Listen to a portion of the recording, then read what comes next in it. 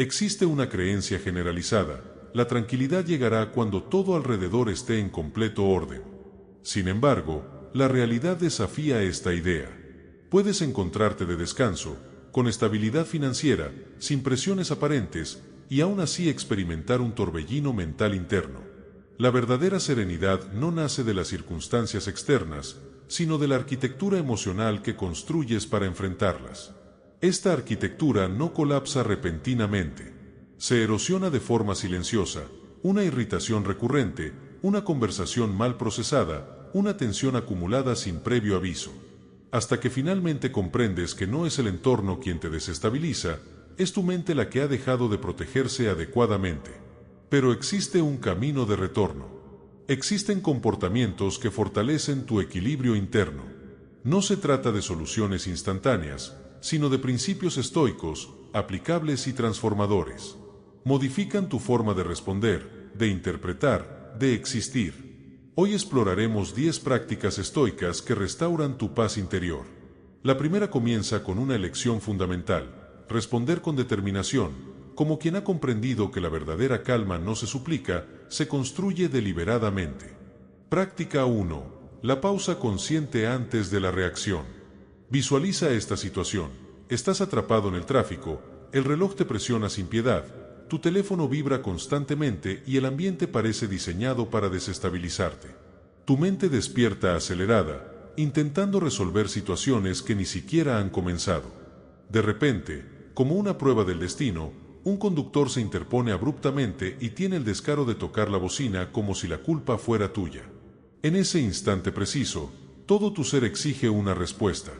La indignación asciende como llama seca y el impulso es inequívoco: devolver la agresión y demostrar que no toleras la falta de respeto. Pero aquí radica la distinción entre quien vive sometido al mundo externo y quien ha aprendido a protegerse desde su interior. Como expresaba Epicteto, no son los acontecimientos los que nos perturban, sino la interpretación que hacemos de ellos.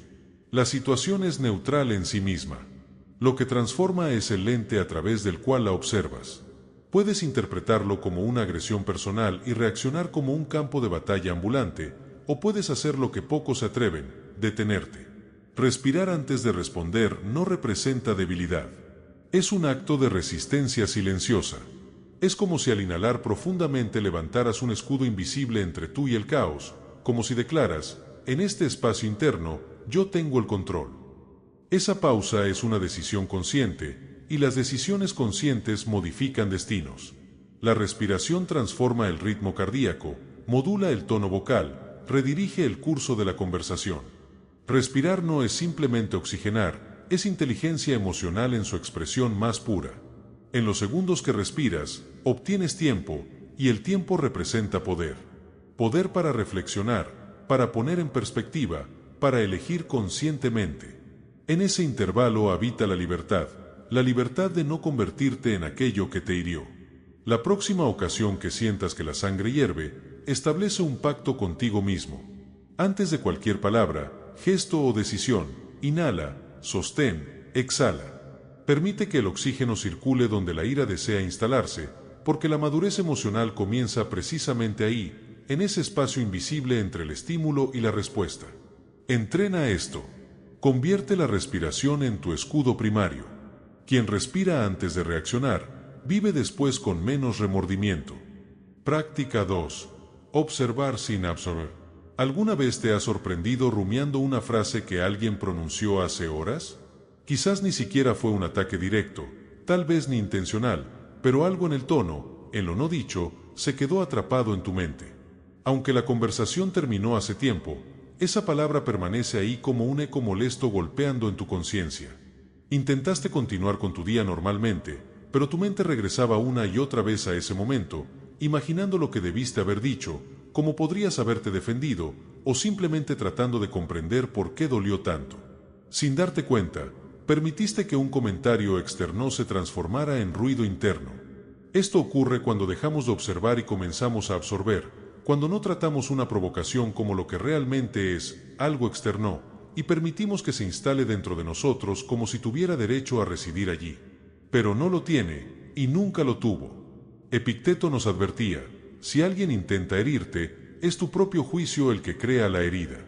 No es lo que expresan lo que lastima, es lo que tú crees acerca de lo que dijeron. La ofensa no entra por sí sola. Eres tú quien le abre la puerta. Tu mente debería funcionar como una casa bien cuidada, limpia, protegida, silenciosa internamente. No permitirías que un extraño entrara con zapatos sucios, ni dejarías que alguien gritara en medio de tu sala. Entonces, ¿por qué permitir que palabras cargadas de desprecio, sarcasmo o juicio circulen libremente por tus pensamientos? La madurez emocional reside en la capacidad de escuchar sin contaminarse, de observar una actitud agresiva y comprender que revela mucho más sobre la confusión del otro que sobre ti, de mantener tu centro intacto incluso cuando todo parece conspirar para sacarte de él. La próxima ocasión que alguien te lance una crítica vacía, un comentario mordaz o una observación insensible, visualiza eso como un objeto arrojado contra una pared. Puede chocar, puede generar ruido, pero solo penetra si la pared está agrietada. Por eso debes fortalecer tu límite interno para impedir que lo exterior modifique quién eres interiormente. Puedes escuchar todo y absorber únicamente lo que te beneficia. Puedes observar sin cargar, puedes percibir sin reaccionar. Cuando lo logres, notarás que el silencio de no reaccionar frecuentemente es más poderoso que cualquier respuesta articulada. Práctica 3. Rechazar los conflictos inútiles. Algunas disputas no nacen de diferencias ideológicas, nacen porque el ego se sintió amenazado.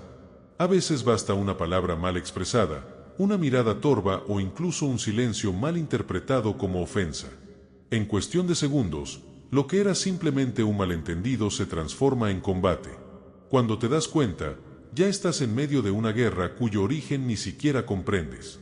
Así desperdiciamos energía en cuestiones sin valor, en peleas que no nos enseñan, que no nos transforman y que al final solo nos dejan con sensación de cansancio y frustración, porque en el calor del momento nadie escucha, nadie desea comprender, solo buscan tener razón.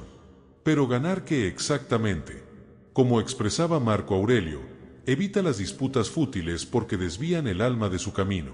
Él comprendía bien esto.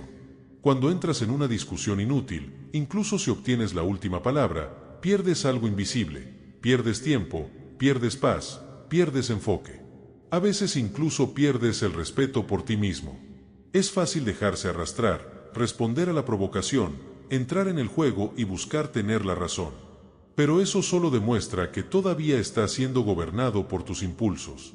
Lo difícil es retroceder un paso, observar la situación, respirar y preguntarte, si gano esta discusión, ¿qué gano realmente? La mayoría de las veces la respuesta es, nada. No hay trofeo al final del conflicto, solo desgaste. Entonces, ¿qué puedes hacer? Puedes elegir el silencio, no como huida sino como protección, no como debilidad sino como dominio. Rechazar la invitación al caos es un acto de fortaleza interior. Es decirte a ti mismo que tu tiempo, tu energía, tu paz no están en venta, que no necesitas demostrarle nada a nadie, que tu evolución vale más que tener la razón y que algunas batallas se ganan precisamente cuando te niegas a pelear. No estás aquí para ganar argumentos, estás aquí para ganar claridad, para crecer, para trascender. La próxima vez que alguien intente arrastrarte a un enfrentamiento inútil, recuerda, no es cobardía elegir el silencio. Cobardía es perderte a ti mismo solo para alimentar el orgullo. Práctica 4. Reconfigurar el pensamiento, no la situación. A veces lo que te destruye no es lo que sucedió, sino lo que pensaste que significaba.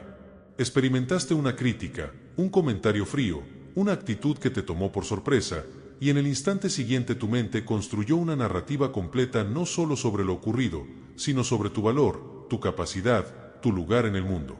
Esa crítica se convirtió en sentencia. Esa frase se transformó en retrato. Ese momento se volvió un reflejo distorsionado de quien cree ser. Así funciona el ser humano cuando vive en piloto automático. No responde a los hechos, responde a las historias que construye sobre esos hechos. Séneca advertía sobre esto. El sufrimiento nace más de las opiniones que formamos que de las situaciones que realmente vivimos. Esta es una de las grandes trampas de la mente. Inventa, exagera, dramatiza, y sin darte cuenta terminas cargando un peso que no proviene del mundo, sino de tu interpretación. Los estoicos entrenaban justamente lo contrario. No buscaban consuelo en frases motivacionales, sino claridad en preguntas difíciles. Cuando algo los impactaba, no se preguntaban ¿por qué me sucedió esto?, sino ¿cómo puedo crecer a partir de esto? ¿Esto realmente dice algo sobre mí o revela más sobre la otra persona? ¿Qué estoy asumiendo como verdad sin reflexionar? Este cambio en las preguntas es lo que permite reescribir el pensamiento. No borras lo sucedido, pero cambias el lugar dentro de ti donde eso va a habitar. Y ese desplazamiento es liberador. Dejas de sabotearte con pensamientos automáticos y comienzas a actuar con discernimiento. En lugar de reforzar la herida, transformas el impacto en combustible. En vez de paralizarte con la crítica, empiezas a verla como oportunidad para fortalecerte interiormente. Reescribir el pensamiento no se trata de negar el dolor, sino de quitarle el poder que ejerce sobre ti.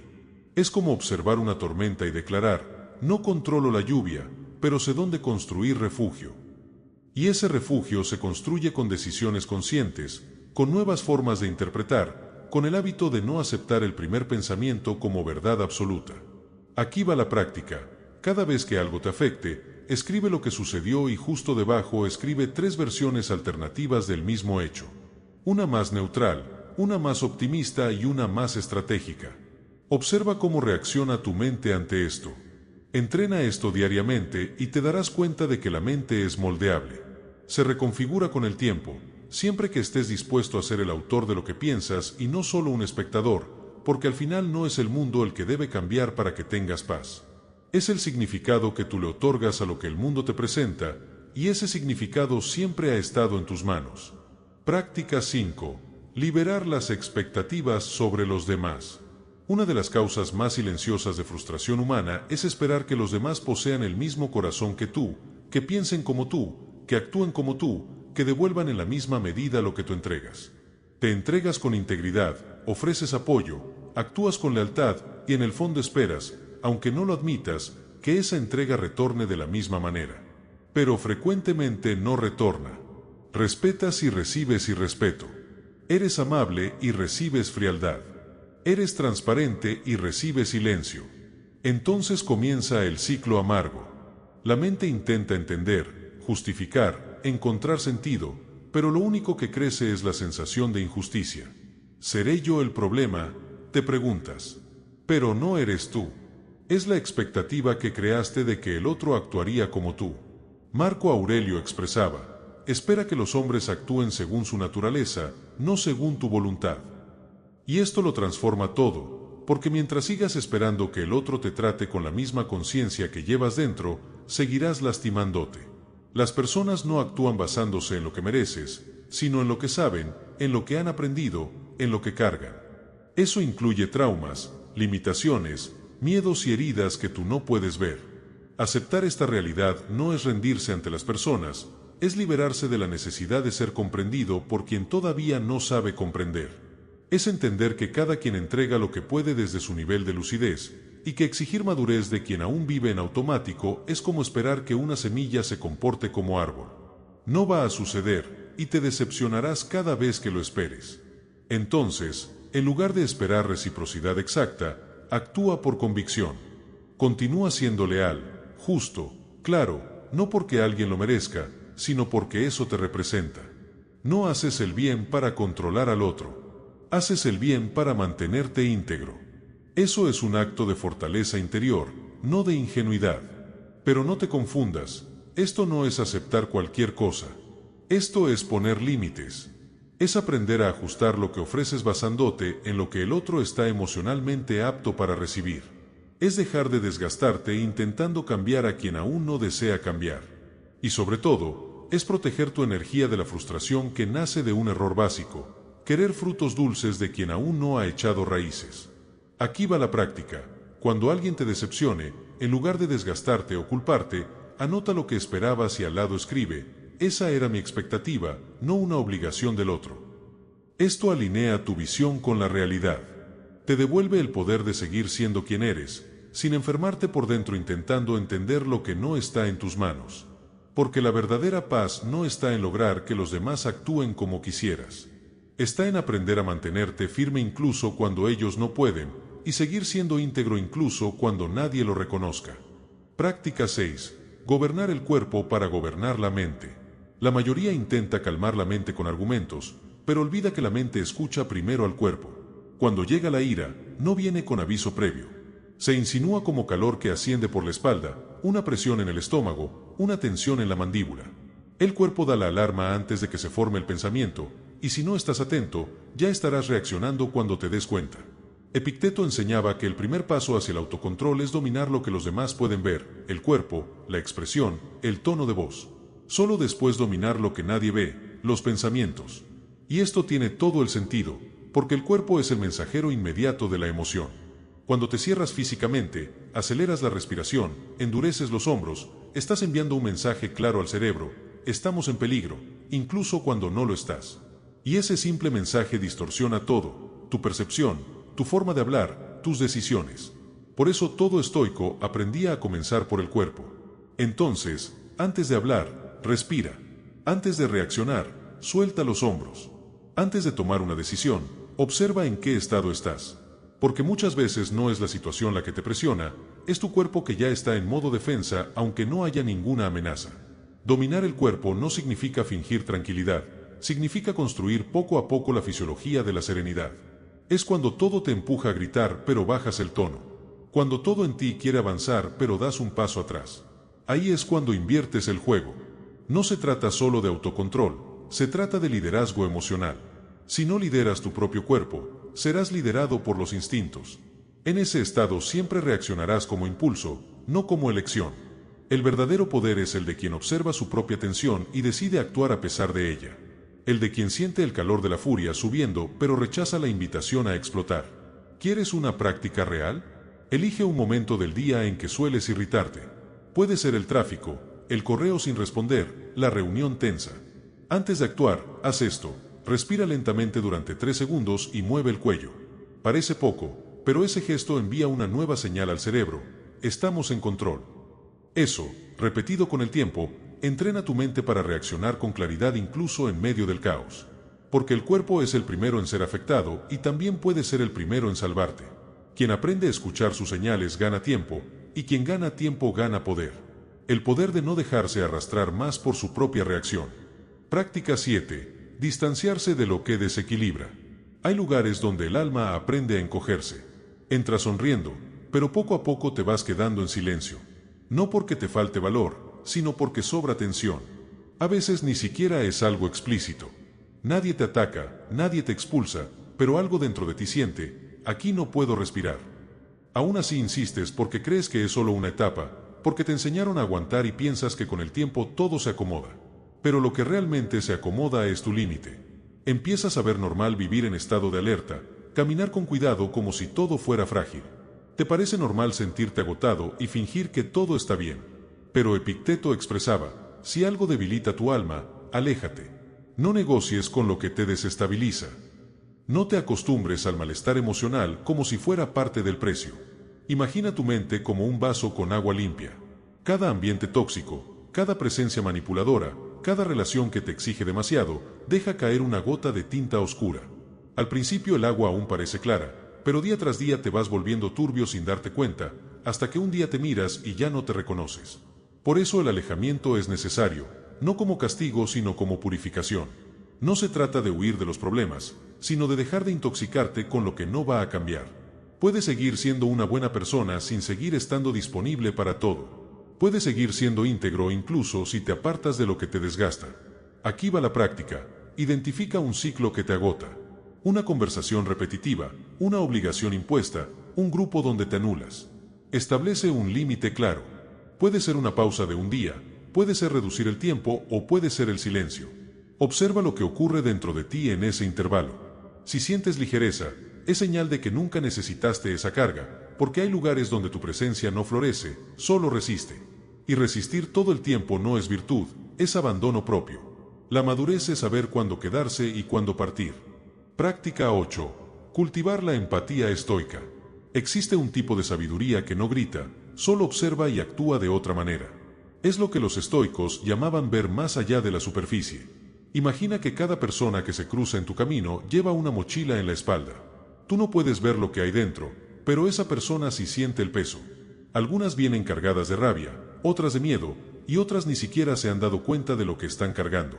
Y tú, sin saber nada, terminas recibiendo el impacto de ese exceso. Tal vez sea un empleado que te trata con frialdad, un compañero que responde cortantemente, un familiar que habla como si todo fuera tu culpa. El instinto te dice que reacciones, pero la sabiduría te dice que mires nuevamente. ¿Será que esa persona realmente está hablando conmigo, o le está hablando al mundo que ya la lastimó antes?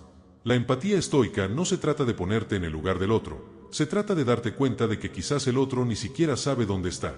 Se trata de entender que no es algo personal, es algo histórico. Y más que eso, que tú puedes decidir no amplificar ese ciclo.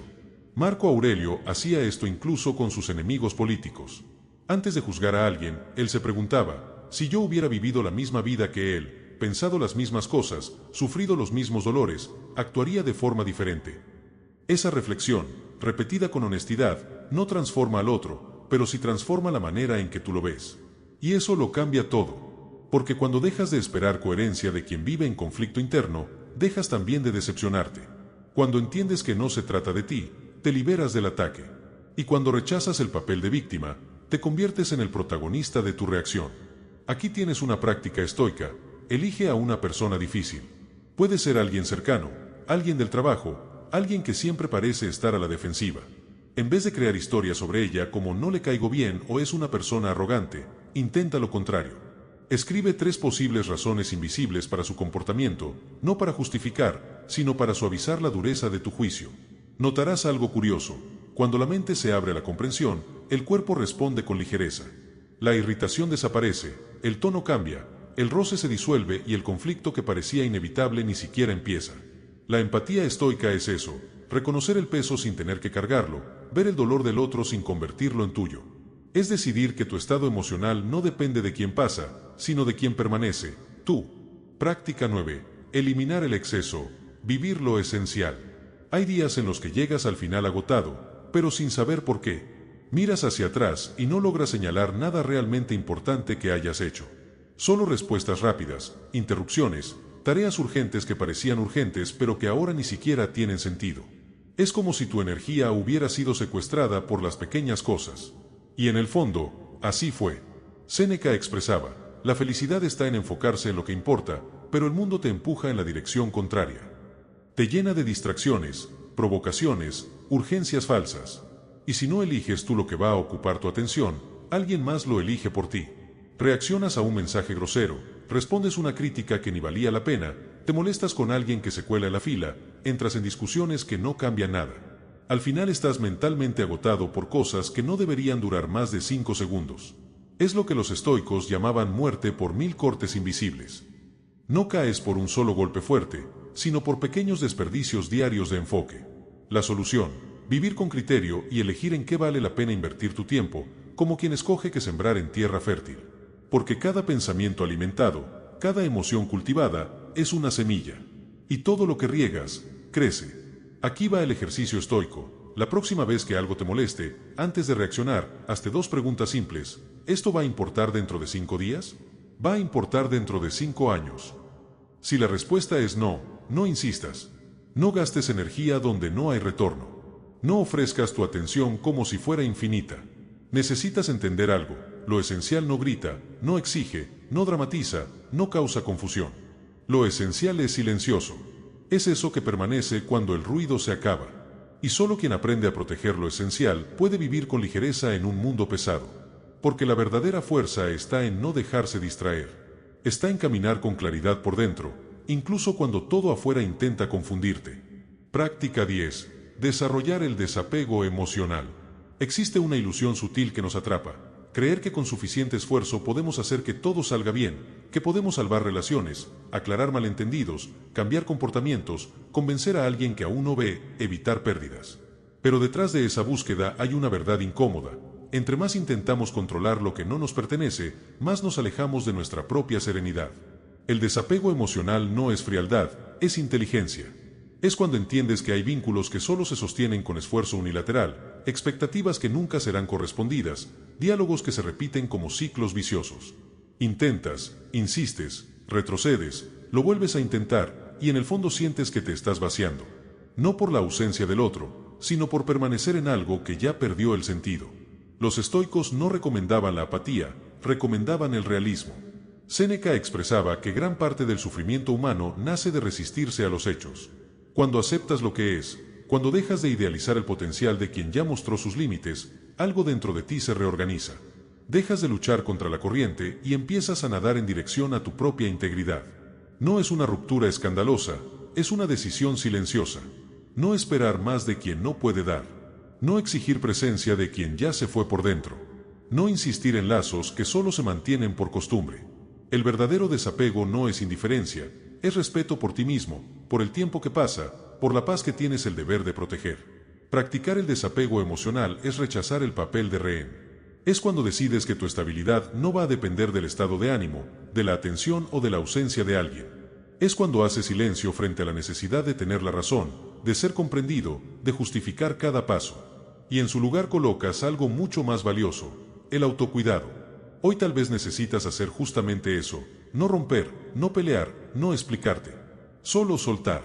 Soltar el control, soltar la expectativa, soltar el ciclo.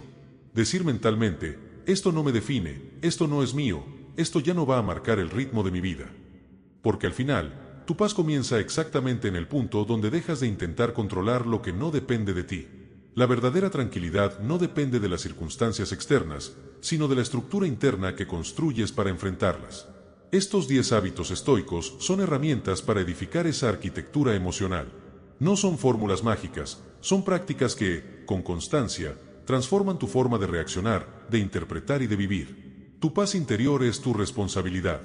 Nadie más puede construirla por ti. Pero con estas prácticas, tienes el poder de restaurarla, protegerla y fortalecerla cada día.